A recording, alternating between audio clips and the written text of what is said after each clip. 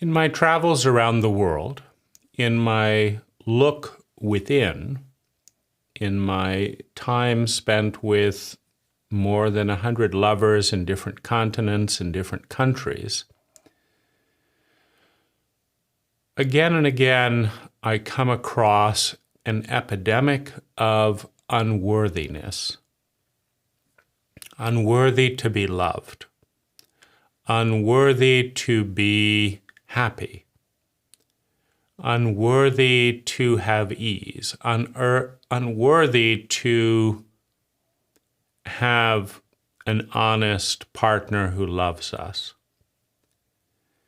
And what we're going to look at is how unworthiness is constructed within the mathematics of the psyche, and then perhaps what we can do to unravel the construct. Now, the core of unworthiness begins with incompetent parents.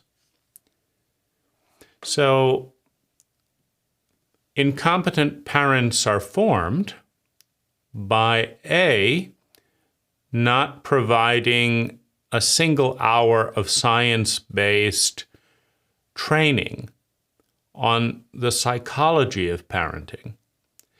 Now, most parents do maybe an hour of training on, how to feed a baby with a bottle, or, what do you do with this, or how do you buy a stroller, things like that. Right? They're pretty basic beginning points in parenting, and I would say most parenting, or most parents, do study what kind of stroller to get, or is one type of feeding, or how do you get a baby to go to sleep? A few basics like that. Now, what a parent does not study, what a parent is not taught, is the different stages of development, right? That a child will internalize everything that the parent does or does not do as 100% about them. These things are not studied.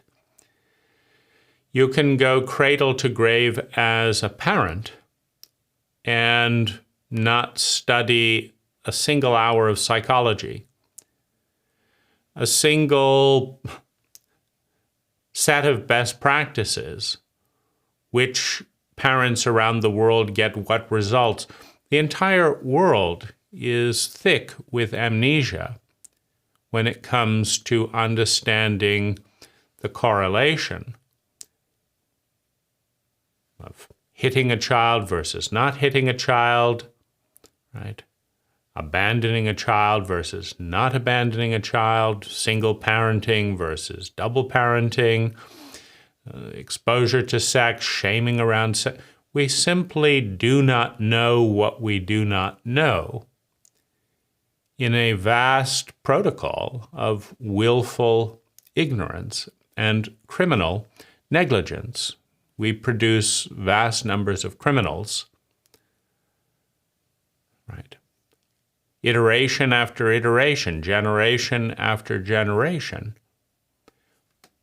But we don't study what correlates with that. And when we do, we don't respond. We refuse to be responsible. Right? So we feed babies the wrong food. We expose them to the wrong media. We have wrong relationships around the child. A wrong relationship is a relationship that produces suffering and trauma, but does not integrate and create growth. We surround our babies with wrong relationships. We say the wrong things, right? We touch our children in the wrong ways. So the beginning is incompetent parenting, And it is a global conspiracy. We all agree not to teach teenagers how to be good parents in high school. We agree not to teach them how to be good parents in college. We agree not to do the science on what creates healthy, happy, multi-generational families. We just agree that we're going to study how to blow up the world, or we're going to study how to manipulate people to watch more TikTok or watch more YouTube. We do vast amounts of science and take action in areas that are highly destructive to our survival.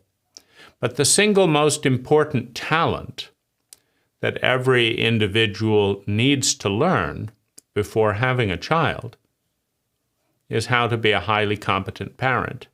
So we ignore the subject entirely. We agree in the West not to provide care for mothers when they need to take care of their children. Right? We've agreed that both the mother and the father will go off to work and leave the child at an incredibly odd ratio, right? Of 20 infants to one grown-up in daycare. And we agree not to train our daycare providers either. We agree that money is more important than infants. Right? So we raise financially illiterate children and adults. It makes no sense, but the first layer, is incompetent parenting that is supported by a global agreement to maintain the stupidity, cruelty, and dysfunction of our parents, and to protect that cruelty, to protect that ignorance, to protect that stupidity with the freedom to raise one's child as one sees fit, rather than to protect the freedom and the right of every child to have a healthy, competent parent, or the freedom and the right of the species to train parents to be healthy enough to raise self-loving, healthy, happy children that do not need to cost the species large percentages of energy to manage their misery and depression in therapy, to manage their criminal behavior in a absurd justice system that takes criminals, spends $100,000 a year of public money and makes them worse. Like we have a disaster of an education system, a disaster of a, quote, justice system. The justice system in America, but in much of the world, goes like this. Somebody takes a candy bar out of the store or steals a $5 cup, right? They go out of the store, and there's been a grave injustice. The store owner has lost $5, right? And the justice system says, we can't have this. We can't have this, right? This person has lost $5, right? This member of the public has lost $5. So here's what we're going to do. Right? We're going to send, we'll spend, a couple $100 to arrest and arraign the person. We'll start spending $1,000, a night in the infrastructure of the prison cell. We'll send them to court. That'll cost the public another, $10,000 at least. And then we're going to put them in jail, and that'll cost the public $100,000 a year. And this is how we balance. This is how we balance justice. in order to right the wrong of a $5 theft, right, that's inconvenienced a member of the public who owns the store, we're going to charge the public $100,000, and then everything's going to be great, isn't it? Right? First, the public was inconvenienced $5. Now it's, thanks to the justice system, it's inconvenienced by $100,000. And then the people that could be growing food, making new things, studying science, useful projects, well, we're going to hire them to sit around and guard the people who've been put in jail.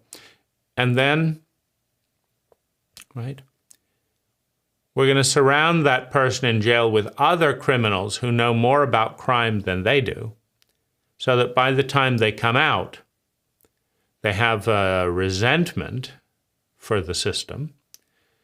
They have an incredulity, a disdain for the stupidity of the system, and they know more about crime. And then we'll repeat the cycle, right? So when you have so much hate towards the public that justice takes a $5 crime and turns it into a $100,000 crime, takes productive people and manages them watching unproductive people, and calls this progress, and then puts more criminals back on the street. Meaning, if the justice system did not exist, there would be milder criminals than if the justice system did exist. And so, something's a little bit off there. It's not entirely off, right? Because we create a fear-based culture, and the fear of going to prison discourages other people from getting caught or stealing. But the core is still parenting, dysfunctional parenting. And the infrastructure of sustainable dysfunctional parenting. Now, the defense of dysfunctional parenting comes in the form of, we're going to tie up all of your time in high school and college when you're discovering sex. We're going to tie up all of your time not teaching you how to be a good parent. We're going to teach you algebra. We're going to teach you a doctored version of history. We're going to teach you, basic chemistry. We're not going to teach you chemistry in your relationships. We're going to teach you, what happens if you mix copper sulfate, with this. Stuff that you could easily find at this point on Google. Right? We're going to teach you all that. We're not going to teach you how to start a business. We're not going to teach you how to build a house, nothing useful, right? But we're going to teach you stuff that you're never going to use for the rest of your life. We're going to tie up all your time. That's a pretty big defense. You have no time to learn how to be competent parents because we've got it all, just busily covered. You bounce a ball around. You're going to kick a ball around. You're going to run around in circles. We got it covered, right? All the skills you're going to need for the rest of your life, right? Accept everything you need for the rest of your life. So it's right? When you take up all of somebody's time, it's a defense against anything useful that they could spend their time doing. When you refuse any science-based training, you can go through high school and college, without learning a single thing about competent parenting. A single thing. Not 1 hour of competent parenting. And when you sell your citizens to the highest bidder, as happens in advertising, it's a defense against parenting. Right? Because the best thing for a child is breast milk. At least we have managed to study that, and the science is clear. So while we don't teach children this important fact, we expose children to advertising with television by not being competent parents, by not being home. We give our children to the dragon, to greed and to fear, the reptilian brain of our corporations, which tell children what they need to avoid shame by lying and what they need to feel good by lying. Right? So we give our population to the advertisers who do their best to get people to buy things that are not in their interest and to ignore things that are in their interest. And it works. Right? So we have the entire conspiracy to protect incompetent parenting and give our people to advertisers who get paid to lie. And so we are influenced more by advertising than we are by competent parenting protocols, which we don't get in the first place. Incompetent parenting, a global protection of the infrastructure that maintains the incompetence of parenting, is the seed, is the source of the epidemic of unworthiness. Now, into this hostile environment, we place a child. And a child's job is to internalize everything that is on the outside and make it about them. For the first 7 years, everything that you do or do not do to your child, their brain will tell them that this is because of something about them.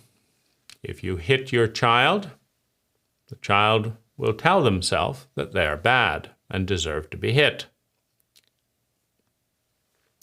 If you teach your child to be insane, pointing out absurd things, ignoring logic, right?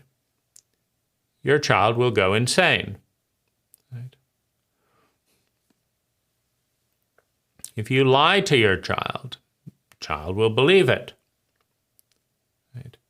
So, as we expose our children to incompetent parents in a culture that sustains, right, the intergenerational ritual of willful ignorance and criminal negligence about parenting,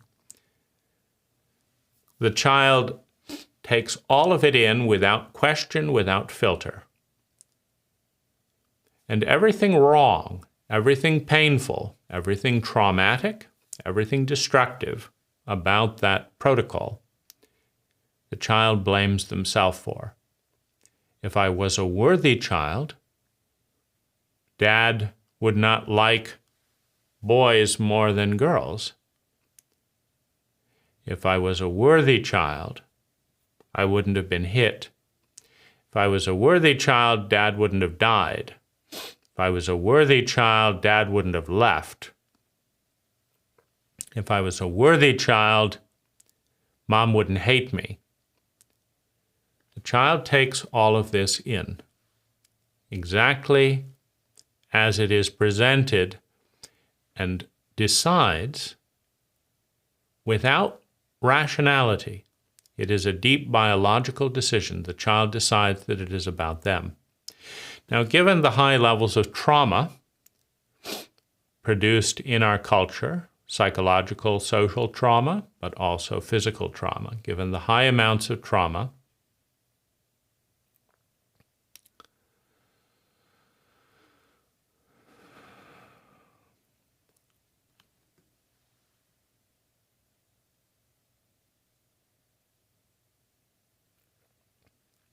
the child is also likely to be traumatized. And in a traumatically illiterate culture, meaning in a culture that does not understand that the number of minutes that a child is traumatized determines whether or not they will develop PTSD. How fast the heart races after a traumatic event, and is it calmed down or is it left to accelerate, will determine whether a child has complex PTSD or PTSD. So in a traumatically ignorant culture, in a parentally ignorant culture, this is not understood. So many of our children will develop PTSD, sometimes isolated to given areas where they continue to react and get triggered, sometimes in a broader sense, sometimes low dose, chronic, right? Complex PTSD, sometimes high dose. A child will be traumatized. The trauma will not be soothed, and they will develop dissociative PTSD of some form. In a parentally ignorant culture, this will be glossed over. The fact that an entire lifetime has just been dampened, has just been wounded. The fact that this child may spend $100,000 in therapy and still not have the happiness they would without that traumatic injury is minimized, is lied about, there is a massive betrayal of the child and the future of the child, of the species and the future of the species, as long-term chronic wounds are thrown under the bus, right? They're just, everyone agrees to turn away. What can a bunch of fools do about it, right? Can't confront the fool that is too arrogant to know that they're a fool, right? So we just let the kid deal with it, right? The amount of cowardice that we see in abuse dynamics, right? You see a parent abusing their child, everyone turns away. They don't want to confront the abuser, so they let the kid be at the effect of the abuser. And the child learns that everyone knows it's their fault because nobody intervened. And so the self-shame, the self-messages of it's all my fault, it's all about me, I'm unworthy, get deeper and deeper and deeper. With each wave of abuse and each lack of intervention of the circle, of the culture, it is sustained misery, right? So you have more and more ignorance, more and more abuse, and more internalization, layer by layer by layer, abuse and internalization. Well, once the age of reason is discovered, all of this self-hatred becomes a hatred of others. Why did they do this? Why is the world so cruel? Why are my parents so fucked up? Why did nobody stop? Why did nobody believe me? Why is this the norm in this cult? Right? All of the internal shame and hatred becomes a hostility towards the world. And this is how we produce, with self-hate, hate towards us. Right? Now we are surrounded by a new generation that hates themselves and hates the world. But the cult has a plan for that as well, right? We shame that. And we say that we're supposed to feel positive about horrific situations, right? No. You're going to be stuck in PTSD for the next 50 years, feeling miserable in depression and develop multiple addictions? Well, look on the bright side. Look on the bright side, right? We want constructive people. We want positive people. You see that person over there, right? She's been beaten up, but she's smiling and happy about it, right? So the next wave in the response to this hostility, anger, hatred, criticism, depression, addiction, is to shame and lecture and punish people in this state by telling them, right, that they're wrong to feel what they feel, that their feelings cannot be trusted. And so people dissociate further, seek addictions that help them dissociate, right? And the problem with these addictions is that they create problems in life, which the culture then has the audacity to blame the child, the adolescent, the young adult for. Why did you do this? Why do you keep drinking? Because you don't want to listen to the feelings that emerge when I stop drinking. Why do you have those feelings?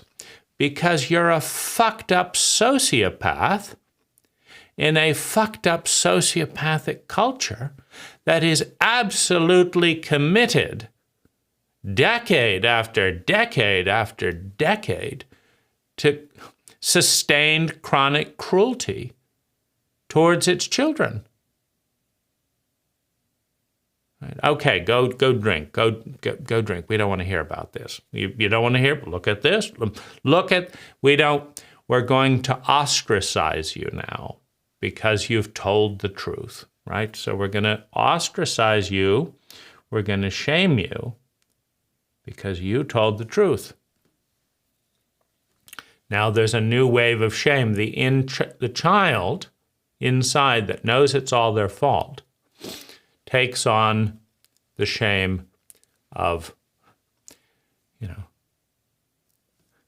an entire culture of shame-based children and adolescents that can't respond to what's happening because they've been raised in the same stupidity, the same cruelty as you have.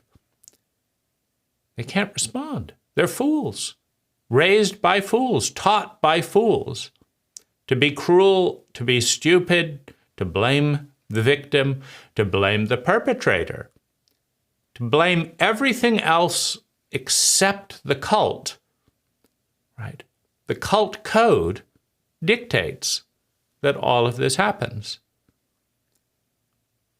All you have to do to change the code and change the result is you say, parenting is one of the most important skills that a human being can possibly learn. Duh. Why don't we teach high school kids the art of parenting and continue into college as a minimum of 1 hour a day of use, one of the most useful things imaginable, the art of parenting. We're going to stop our willful ignorance and criminal negligence towards ourselves, our planet, our species, our children, and we're going to teach the art of competent parenting. And we're not going to go into superstition and my dad says this and my mom. No, we're actually going to look at results, right? We'll do results, right? Let's just pretend that it's fine to test animals, right? It's not, but let's just pretend that it's better to test animals than it is to test babies. Could we agree on that, right? That a rat is a little bit less sophisticated than a baby. If you're going to do vast experiments on billions of people, maybe test them on rats first, right? So maybe take a group of rats in high school and separate them from their parents. Like these rats stay together, and these rats, like see the dad goes off here and the mom goes off there and the kid is left. So let's subject some rats to watching television for 8 hours a day. And then these other rats have a nice family. And let's see what happens. Right? If a high school kid is exposed to the influences, to how it affects a rat, to treat a rat like a baby, right? Let this rat be on formula, and this rat get his mother's breast. And just notice over the lifespan of a high school, like, what do you learn? Do you learn anything? Would you rather be this rat or would you rather be that rat? Well, how about treating your children as well as rats? Right? How about that as kind of a baseline? Right? So we blame ourselves, we blame other people, but we never blame the cult. We never blame the code that we use to terrorize ourselves, each other, and our children. We don't question the code. Right? And this is because our cult attacks questions. If you've ever been in school, why are we doing the cult attacks questions? The cult attacks thinking. Right? You go to school to learn how to think. Wouldn't that be nice, right? Well, why are we? Wait a minute. You're trying to prepare me for life, right? Yes, that's why you're at school. Okay.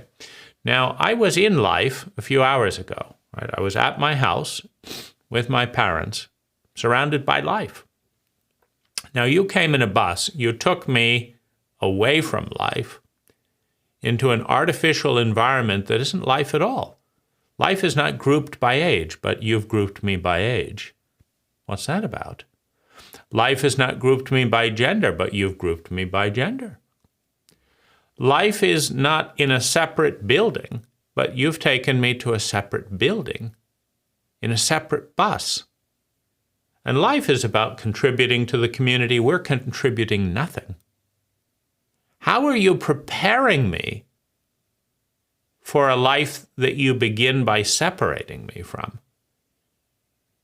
And life is about building a house, but you're not teaching me to build a house. Life is about running a business, but you're not teaching me to. You're separating me from life. You're not preparing me for life. And then you're keeping me in an artificial bubble, and then you throw me out there and I have no idea what I'm doing. Right? So why did you design it that way?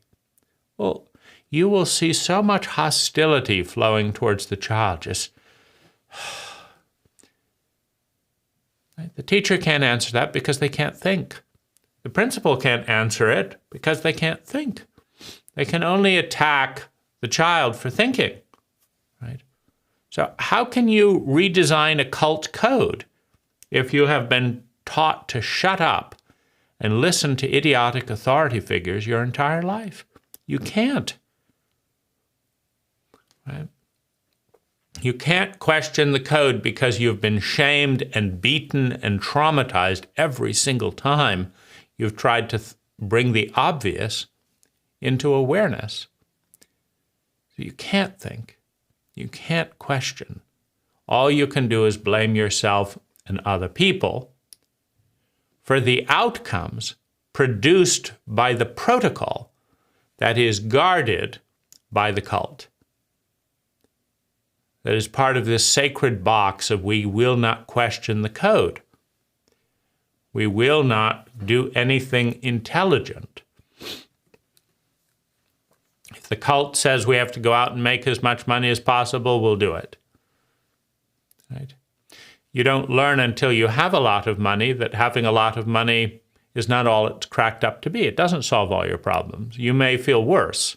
Right? Once I had more money than I knew what to do with, I felt worse. The cult didn't tell me I would feel worse. I actually felt worse. Now, when I tell people I felt worse, they don't say, wow, we need to redesign the cult and stop lying to people. They say, no, look how good your life is. They argue, again, with the reality. They argue with it. No, you don't feel worse. Look how wonderful. No, I actually do feel worse. Nobody wants to know why. Why? Why do you feel worse? Well, one reason is I realize I've been lied to. More and more money is not the answer to my well-being. And believe it or not, I'd rather feel sustainably better than have lots of money. Now, if having lots of money helps me feel better, great. But the reality is it doesn't after a certain point. After a certain point, it doesn't make me feel better at all. And when everyone is telling me how great I should feel, I don't actually feel better. I feel separate. I feel lied to. I feel confused. These are not good feelings, right? So I feel worse. And you don't want to know because you don't know about thinking. If you were thinking, you'd want to know that and you'd want to change course, but you don't want to change course. You want to make more and more money because the cult told you to, and you're a cult member. And you don't want to question the authority. And so you're just going to rush along anyway. Until you get money and it's not really all it's cracked up to be either, and nobody wants to listen to you either. Right? So when you feel bad and nobody wants to know about it, right, when nobody wants to understand you, you feel lonely. You feel unlovable because you're not being loved. The child inside feels it's all my fault. The adolescent says it's everyone else's fault. Everyone else blames you for being critical and telling the truth, right? So they attack you for that. Now you feel I'm unlovable and unworthy because nobody likes me. And the epidemic of unworthiness continues and gets passed to the next generation. So what do we do, right? We're fools who do not know how to parent, who are part of a cult, who feel traumatized by questioning the cult. And at the deep level, we feel unworthy. There's nothing we can do about it. We're depressed about that. We have layers and layers of shame. We have PTSD, complex PTSD, areas we don't want to talk about. We have rules. We still don't know how to be a good parent to anyone else or ourselves. And we're surrounded by people like us who don't know anything, who don't know that they don't know anything, who don't want to know anything because that would involve thinking and that would involve challenging the cult rules. We're surrounded by morons. What do we do? Right? What do we do? Well, you could cry. Weeping would be a healthy response to this, except if you're a man, you'll now be shamed for weeping. It's a healthy physiological response to get rid and just release some of this toxicity that's built up in the body.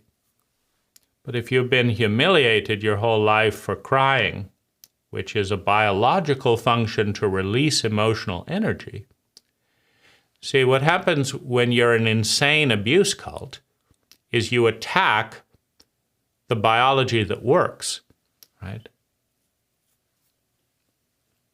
Having an orgasm, crying, sleep, these are all things that the body knows how to repair: the grief, the shame, the horror. So the cult says, don't do it. Men don't cry.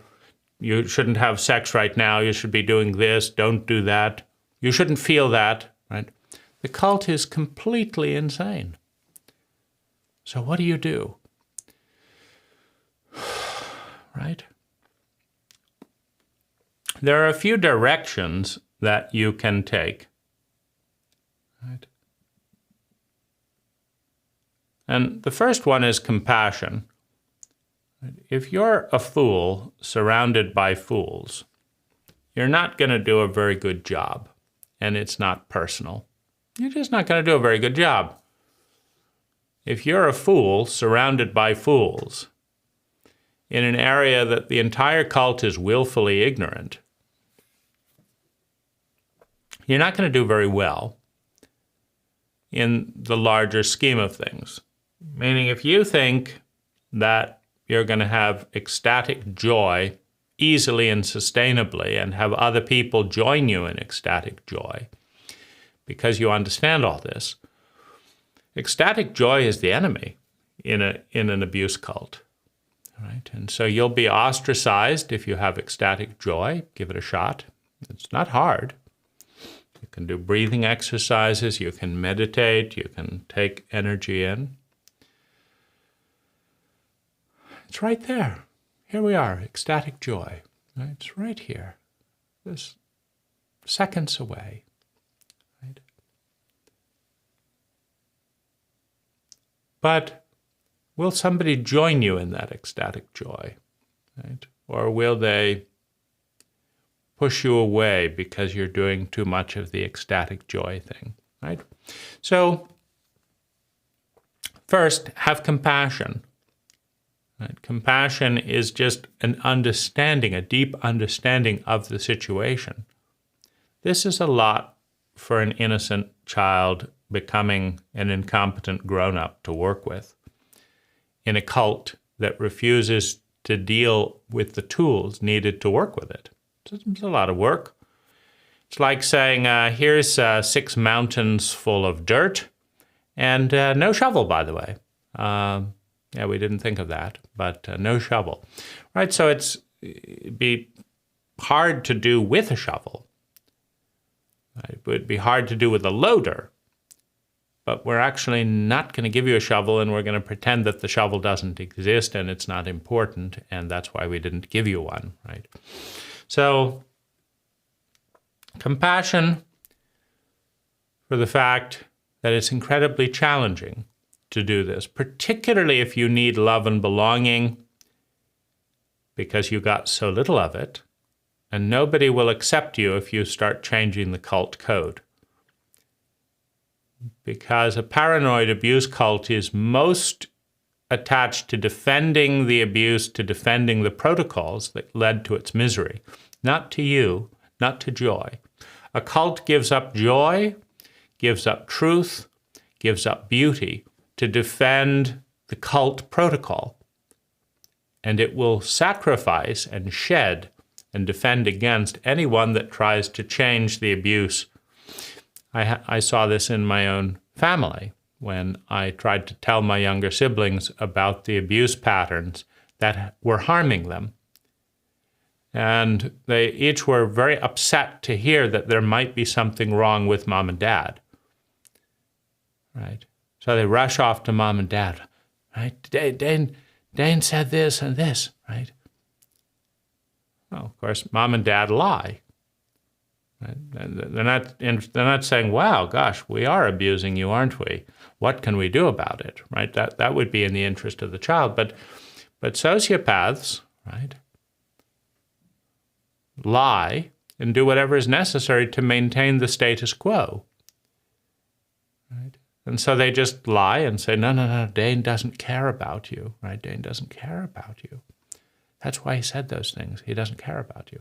Oh, right? It's very difficult for a child who depends on a parent to grasp that their parent may be trying to hurt them or may be sacrificing them to medicate their own feelings. It's probably a little bit closer to the fact, right? My parents' shame went down when the shame of my siblings went up, right? And so is it cruelty? Is it focused on punishing the children, or is it focused on reducing one's own torment? Right? It's hard to say.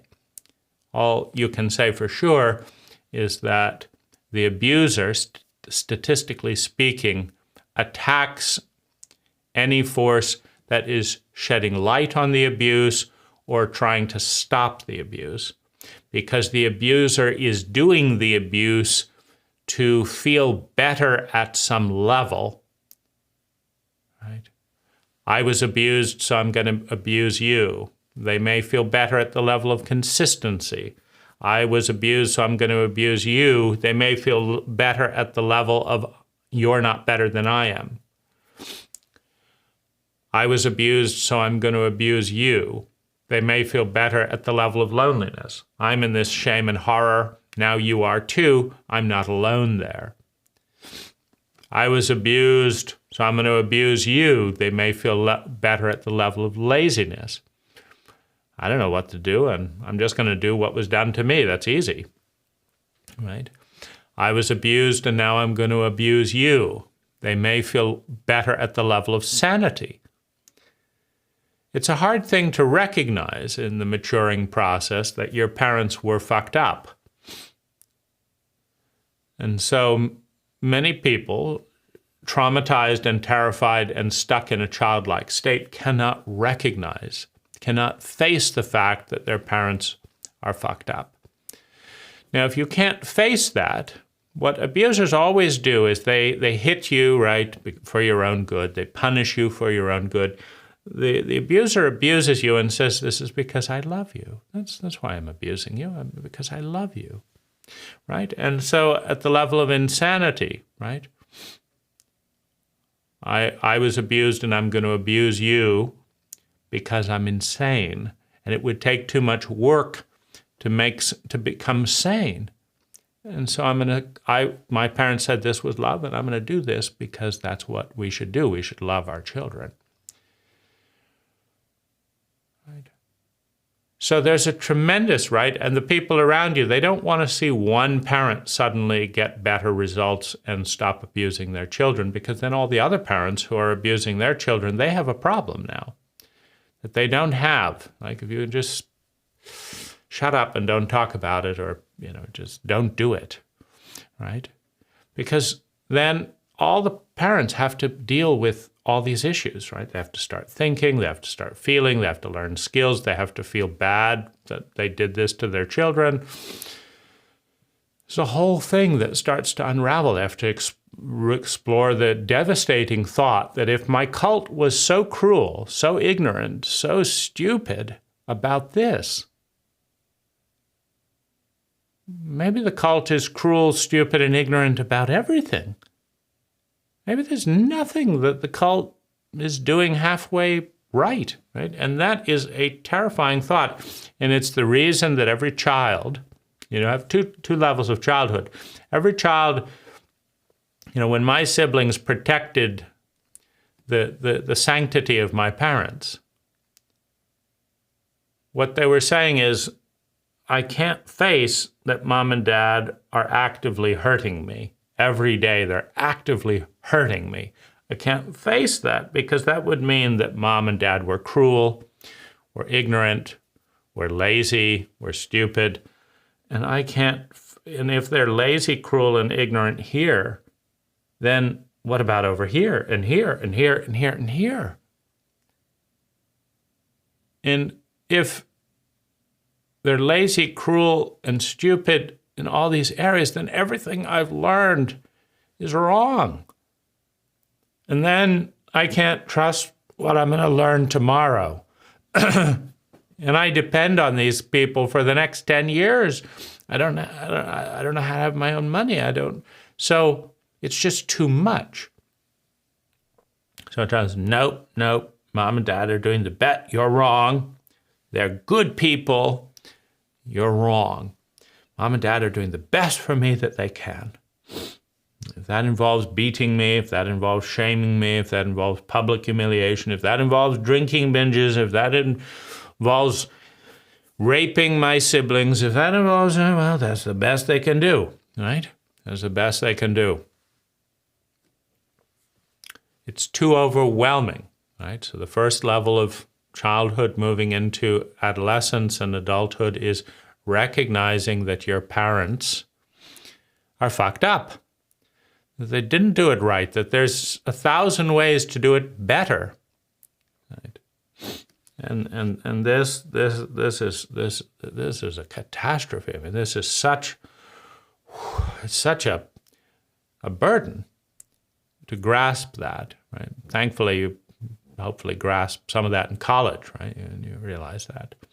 The second level of waking up is of waking up that we are all children of our cult, right? That we all belong to a cult that dictates 90% of our thinking, feeling, speaking, doing, and being. Meaning if you look at your cult, whatever that is, and you say, hey, what are the people doing in my cult? Right? Well, their clothing is like this. Their food is like that. They all put work ahead of relationships. Why? Well, they do. That's why they do it, right? They all study these things and talk about these things, and they ignore the much more important things over here. Well, why did they do that? Well, it's what cult members do. Cult members automatically follow whatever cult they find themselves in, because it's a big deal to wake up and realize your cult is fucked up. Your cult is lying to you. Your cult is insane. You mean to say, right, that it hasn't occurred to anyone that spending $100,000 of public money to arrest and harm a criminal who stole a $5 candy bar, let's make it a $100 candy bar, you mean, and did any of that $100,000 go back to pay the shop owner for the candy bar? So you mean to say we could have just paid from public money the store back for the theft and made the thing right? The big crime, they're missing $5, right? Well, here's $5. And let's go talk to that kid and spend $100 teaching his parents how to be parents, or $1,000 teaching. No. The person who lost the candy bar, they're still out the candy bar. That's fine. We don't actually want to right the wrong. We want to punish the wrongdoer, which means punishing ourselves with a $100,000 tax bill to put that person in jail for a year. That's what we want to do. And everyone's fine with that? Yeah, yes, just justice. There's justice for you. I thought justice was about those scales. Well, the person still hasn't got their candy bar back, right? And who are the kids that are most fucked up who become criminals? They're people with PTSD, with addictions, with sociopathic parents who are not being given the skills they need to survive in this world. Well, we've got to get those people. God, those bastards, right? Those bastards. Like, look at them. Incompetently dealing with the world. Yeah, that's where that driving, that's where teaching a kid to drive rather than teaching them calculus. Like, wow, that's a good one, calculus. Yeah, it's not bad. How many times have you used calculus in your life? Right? It's not bad. But there are other things to learn, like driving a car without an accident. How about that? No one's ever going to use that. How about starting a business and doing successful marketing for that business and managing cash flow? Who's ever going to need that? Cooking a healthy meal, growing your own food? That's kid stuff, right? We've got advanced history manipulation to study, right? When was the bridge built, right, in the 1800s that helped, this and really, that's the real thing that we're going to be, you'll be able to look at that bridge, right? But what about start a business?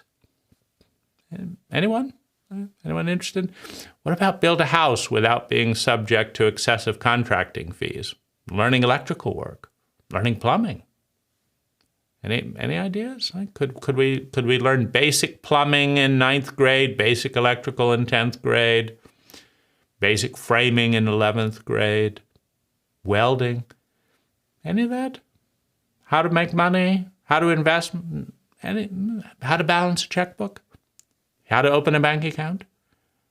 What if we actually produced people ready to live with a sexual education, a relationship education, a housing education, a land development education, a cooking and eating education, a social education, a driving education? What if people actually knew how to live when they left school? Maybe they wouldn't be interested in stealing candy bars. They'd be having so much fun living. let's throw him in jail and tax the public $100,000 to do it. Seem a bit dumb? I'm sure there's a good reason. I'm sure there's a good reason, right? As all cult members, no. I'm sure, right? You have the cult of religion, right? God lets Satan kill all Job's family, ruin his crops, steal everything, just to see if he'll be loyal to the gang, right? Doesn't seem very nice, does it? You should forgive, turn the other cheek, right? God is taking his most faithful follower and tormenting him mercilessly. God's chatting it up fine with the devil. You should avoid the devil, but God does deals with the devil. Go torment Job, right? See if he's still loyal to me, I think if we killed all his children, he might be angry at you, God. Kill him. Let's find out, right?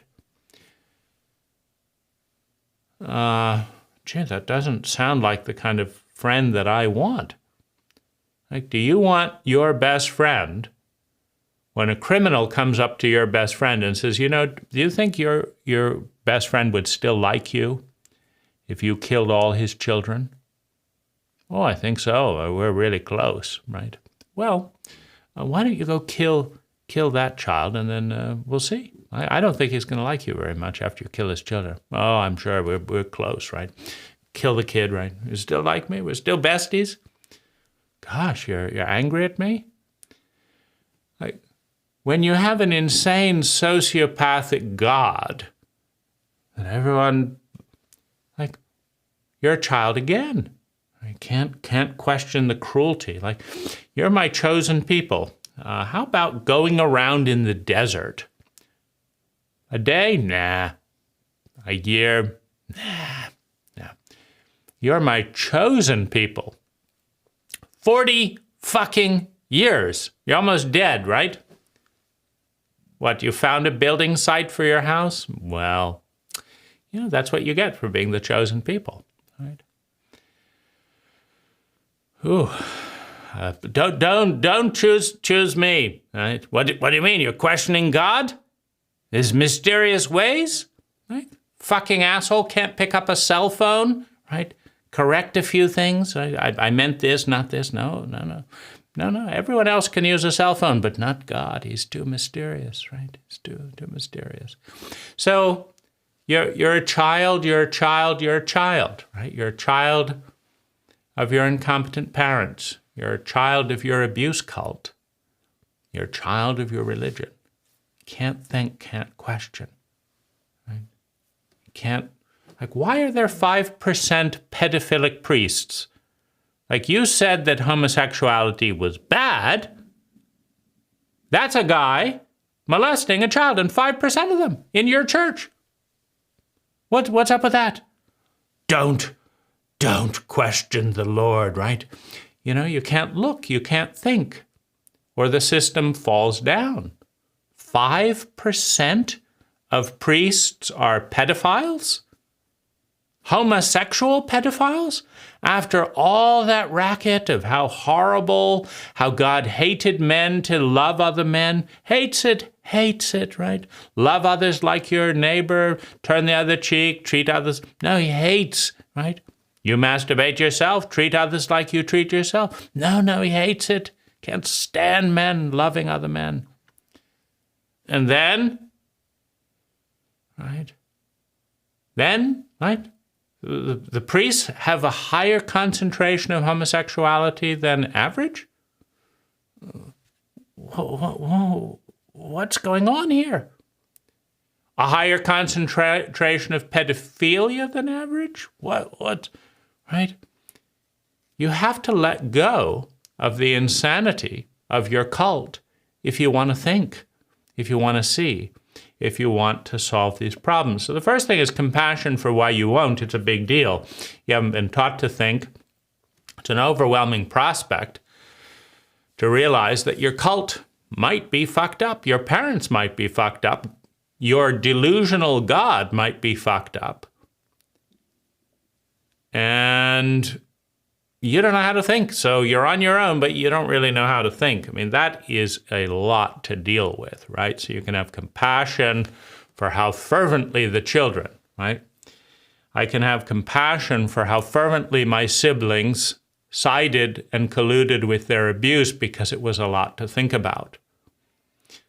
It was a stunning realization, right? That my do-good hippie liberal father with all these great aspirations and metaphysics and all this was systematically shaming and terrorizing his children and didn't know what to do about it. Right? Like, how? What? There's a lot for a 13, 14-year-old to grasp, right? So compassion, it's incredibly challenging. It's overwhelming.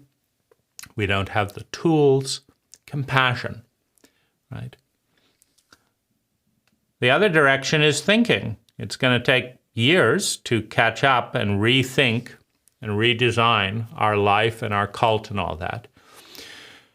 But the direction of thinking, like you just go back to first principles physics and you say, okay, what is the supposed goal here? Like the supposed goal of the justice system is to help those who have been wronged not be wronged again and right the wrong. I mean, wouldn't that be an ideal for a justice system? You know, that the people, like if you had your car stolen, that you would get a car back. Wouldn't that be a nice thing if that happened? Like, oh, my car was stolen. Well, could you come down to the police place? Well, I'm in the middle of a meeting. Well, you got to put the justice system first, right? So, okay, I'll cancel my meeting for my promotion, right? So that I can suffer some more, right? I'll go down, I'll make a thorough report, right? And then you can lose the report and not find my car, right? Now, what? I've lost my promotion and still don't have a car.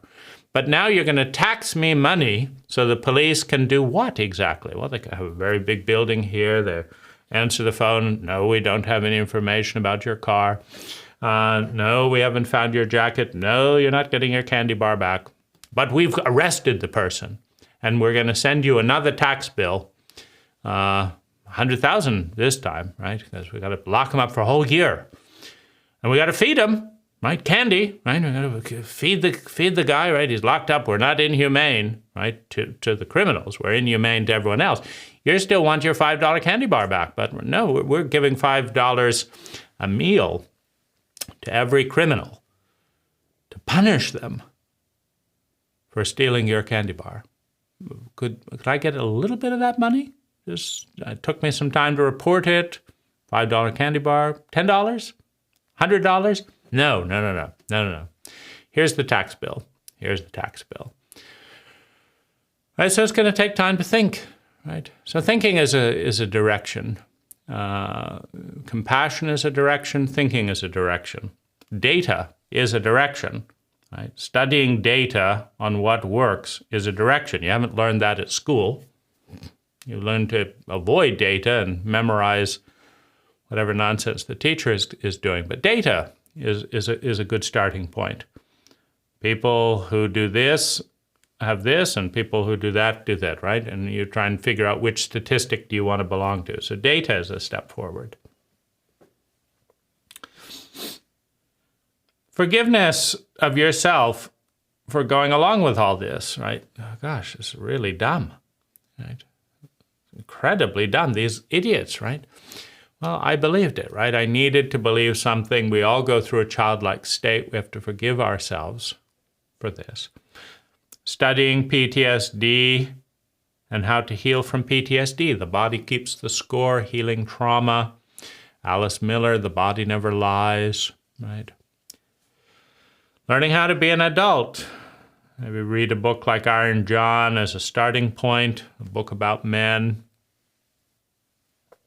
I don't know if there are books helping women to be women. I think women somewhat are initiated into adulthood through having a child. But either way, right? Learning how to be an adult, learning how to meditate so you can pay attention to the inside when everyone on the outside is telling you to ignore what you think and feel. You can meditate, which helps you see what you think and feel. Microdosing psilocybin or psychoactive mushrooms, microdosing can help, right? Relieve some of the depression, relieve some of the grief, help reduce the fear of telling the truth. Right? Low doses, right? Tiny amounts in a therapeutic healing setting. Of course, your government doesn't want you learning about what's going on inside of you, right? Horrible, horrible ideas, right? So that takes a whole field of study in and of itself to realize that the most therapeutic healing compounds on the planet are virtually free, more effective than any number of toxic drugs, and your government and pharmaceutical company has been banishing your access to these compounds and rituals for decades, like lest anyone be liberated and happy. So stopping advertising, avoiding advertising is a good approach.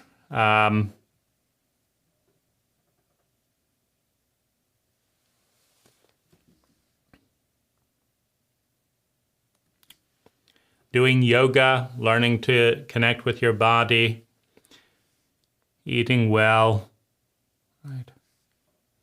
Learning to love and be loved. These are all directions going to a place where people love themselves more, right?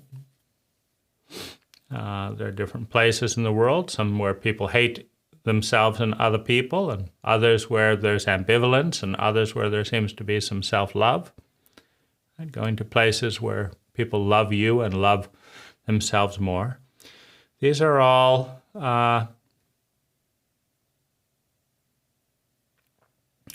very vital and important parts of the healing. And going and doing inner child work, right, where you meditate and give your child and adolescent all of the love in meditation, that they didn't receive in the actual child period, right? Having physical exercise to process things through your body. These are all steps that help to heal unworthiness, the epidemic of unworthiness. But it's important to understand that the child is not rational, the inner child is not rational, and the only way the child feels worthy is if you go back to those horrific moments, are present in your body at the time of those horrific encounters, and send love and protection to that child so that the message of unworthiness flips to the message that I'm worthy. A child will always hold themselves accountable for what's happening. If you treat a child well, they will say that I'm worthy. If you treat a child badly, they will say, I'm worthless, I'm unworthy, I deserve to be punished. Thank you for listening. Thank you for watching. Be well.